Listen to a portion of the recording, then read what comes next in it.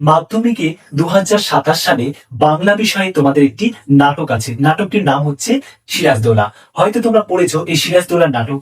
তাই এই সিরাজদৌল্লা নাটক থেকে বিগত বছরের প্রশ্ন বারবার রিপিট কেন হয়, তোমাদের সেই বিষয়ে বলবো। এবং 2027 সালে এই নাটক থেকে কোন কোন প্রশ্নগুলো আসতে চলেছে বা কোনগুলো ইম্পর্টেন্ট সেগুলি জানতে পারবে এই ভিডিওর মাধ্যমে। তাই কোনো জায়গায় স্কিপ না করে সম্পূর্ণ দেখো এবং এই নাটক থেকে তুমি 4 নম্বর নিয়ে এই ভিডিওটা শেষ করবে।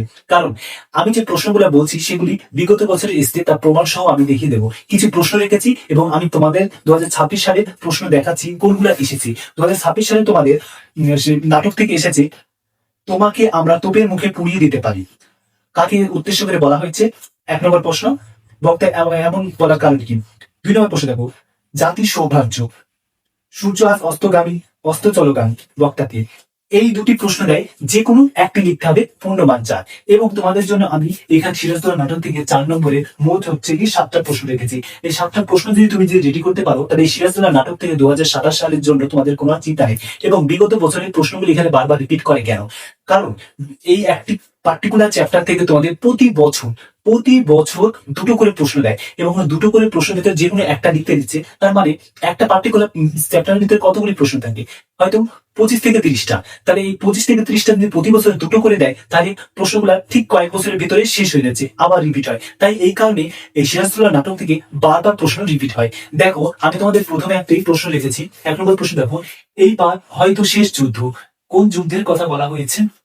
বক্তার এই যুদ্ধকে শেষ যুদ্ধ বলা হয়েছে কেন? এই প্রশ্নটা কিন্তু 2020 সালের প্রশ্ন। এবং 2020 সালের প্রশ্ন এই কারণেই, কারণ এটা আবার রিপিট হতে পারে, কারণ এটা 2020 সালে এসেছিল মাধ্যমিক পরীক্ষায়। এবং দ্বিতীয় প্রশ্ন দেখো, দরবার ত্যাগ করতে আমরা বাধ্য হচ্ছি জাহাপানা। দরবার ত্যাগ করতে বাধ্য হচ্ছি আমরা জাহাপানা। বক্তাকে, এখানে বক্তাকে সেটা জানতে চেয়েছে। তারপর দেখো, তারা কেন দরবার ত্যাগ করতে চান, এটাও এসছে 2020 সালে। এই দুটো প্রশ্ন কিন্তু 2020 সালে এসছে। তাই আমরা জানছি যে প্রশ্ন আবার রিপিট হওয়ার সম্ভাবনা আছে। তাই এইগুলি যদি দেখে রাখো, তাহলে 2027 জন্য অনেক অনেক অনেক হচ্ছে কি আসার সম্ভাবনা আছে এবং তোমরা এগুলো রেডি করে রাখবে। তারপর 3 নম্বর দেখো, আমরা এই অক্ষমতার জন্য তোমরা আমাকে ক্ষমা করো। বক্তা কাদের কাছে কোন অক্ষমতা প্রকাশ করেছে? এই প্রশ্নটা কিন্তু নমুনা প্রশ্ন। অর্থাৎ এই নমুনা প্রশ্নের অর্থ হচ্ছে যেটা সামনের বছরে আসার চান্স অনেকটা বেশি। তাই নমুনা প্রশ্নগুলা অবশ্যই দেখে রাখবে, কারণ এগুলি 2027 সালের জন্য খুবই ইম্পর্টেন্ট একটি প্রশ্ন। তারপরে দেখো 4 নম্বর দেখো, আপনাদের কাছে এই ভিক্ষা যে আমাকে শুধু এই আশ্বাস দিই। কাদের কাছে বক্তা ভিক্ষা চান, তিনি কি আশ্বাস প্রত্যাশা করেন? এটা হচ্ছে 2025 সালে আসা প্রশ্ন। দেখো 2025 সালে এই প্রশ্নটা এসেছে, তাই এটা রিপিট হওয়ার সম্ভাবনা। তাই এই বিগত বছরের প্রশ্নকে সবসময় দেখে রাখলে বুঝতে পারবে যে এই প্রশ্নগুলা এমন কিছু চাইছে, বা শিক্ষকরা এমন কিছু যে প্রশ্নগুলা দিচ্ছে, তারা এমন কিছু চাইছে সেখান থেকে সেগুলি পুরো বিষয়টা জানার চেষ্টা করছে। তাই এই প্রশ্নগুলো নিশ্চয়ই ভালো করে বিগত বছরে দিয়েছে, তাই সামনের বছর আসারও চান্স আছে। তাই সেইভাবেই আমরা দেখে রাখবো। 5 নম্বর দেখো, আর কত হেউ আমাকে করতে চান আপনারা? আপনারা কারা? তারা কিভাবে বক্তাকে হেউ করতে চেয়েছেন? এই প্রশ্নটা ভালো প্রশ্ন, এটা নমুনা প্রশ্ন। আমার মনে হয় এইটা আর এইটা খুবই ইম্পর্টেন্ট একটি প্রশ্ন। যদি বিগত বছরের প্রশ্নটা যদি না দেয়, ব্যতিক্রম যদি না দেয়, তাহলে এই নমুনা প্রশ্নগুলো হচ্ছে খুবই খুবই চোখে ধরা প্রশ্ন। বা এগুলিকে যদি অ্যানালাইজ করে যে প্রশ্ন নতুন ভাবে আপডেট করবো, তাহলে এই প্রশ্ন ছাড়া আর অন্য প্রশ্নগুলা হয়তো ভাবাটা একটু ডিফিকাল্ট। তাই এই প্রশ্নগুলো নমুনা প্রশ্ন হিসাবে আমি রেখেছি। দেখো তারপরে দেখো 6 নম্বর, বাংলার এই দুর্দিনে আপনাকে ত্যাগ করবে না বক্তাকে তার এমন আবেদনের কারণ কি? এটা 2019 সালের প্রশ্ন। এটা 2019 সালে মাধ্যমিকে বাংলা সিরাজদৌল্লা নাটক থেকে দেওয়া।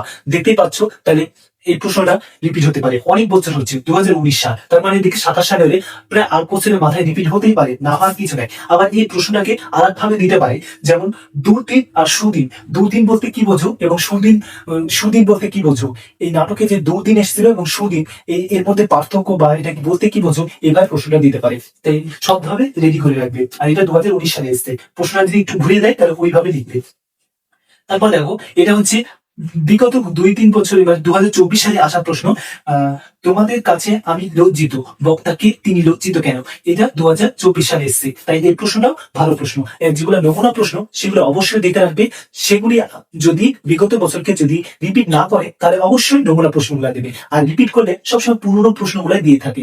যেমন হচ্ছে 2020, 19, হচ্ছে কি 18 বা 21, 22, হয়তো 21 সালে পরীক্ষা হয়নি তোমাদের মাধ্যমিক করোনা করোনা কোভিড এর কারণে, তাই সেখানে কোনো প্রশ্ন নেই, বাকিগুলো দেখে রাখতে পারো। তাই সিরাজদৌল্লা থেকে তুমি এই 4 নম্বর যদি পেতে চাও তো অবশ্যই এগুলো দেখবে, এবং প্রত্যেকটি বিষয় এইরকম ডেডিকেটেড আমরা হচ্ছে সাজেশন বা প্রমাণ স্বরূপ তোমাদেরকে সেই প্রশ্নের এবং কোনগুলি অধ্যায় ইম্পর্টেন্ট বাংলা সেই রিলেটেড ভিডিও আছে, তো অবশ্যই সেগুলো দেখে রাখবে। এবং এই ভিডিওটা এতক্ষণ দেখতে অসংখ্য ধন্যবাদ, এবং একটি লাইক করবে এবং কমেন্ট করে জানাবে তোমাদের যে কোনো প্রবলেম, এবং মাধ্যমিকে তুমি টপার হওয়ার জন্য যে কোনো প্রশ্ন আমাদের দিকে ছড়িয়ে দিতে পারো, আমরা সেটা অবশ্যই সেটা উত্তর দেবো। এবং তুমি টপার হওয়ার জন্য অবশ্যই সাবস্ক্রাইব করে রাখবে। ধন্যবাদ।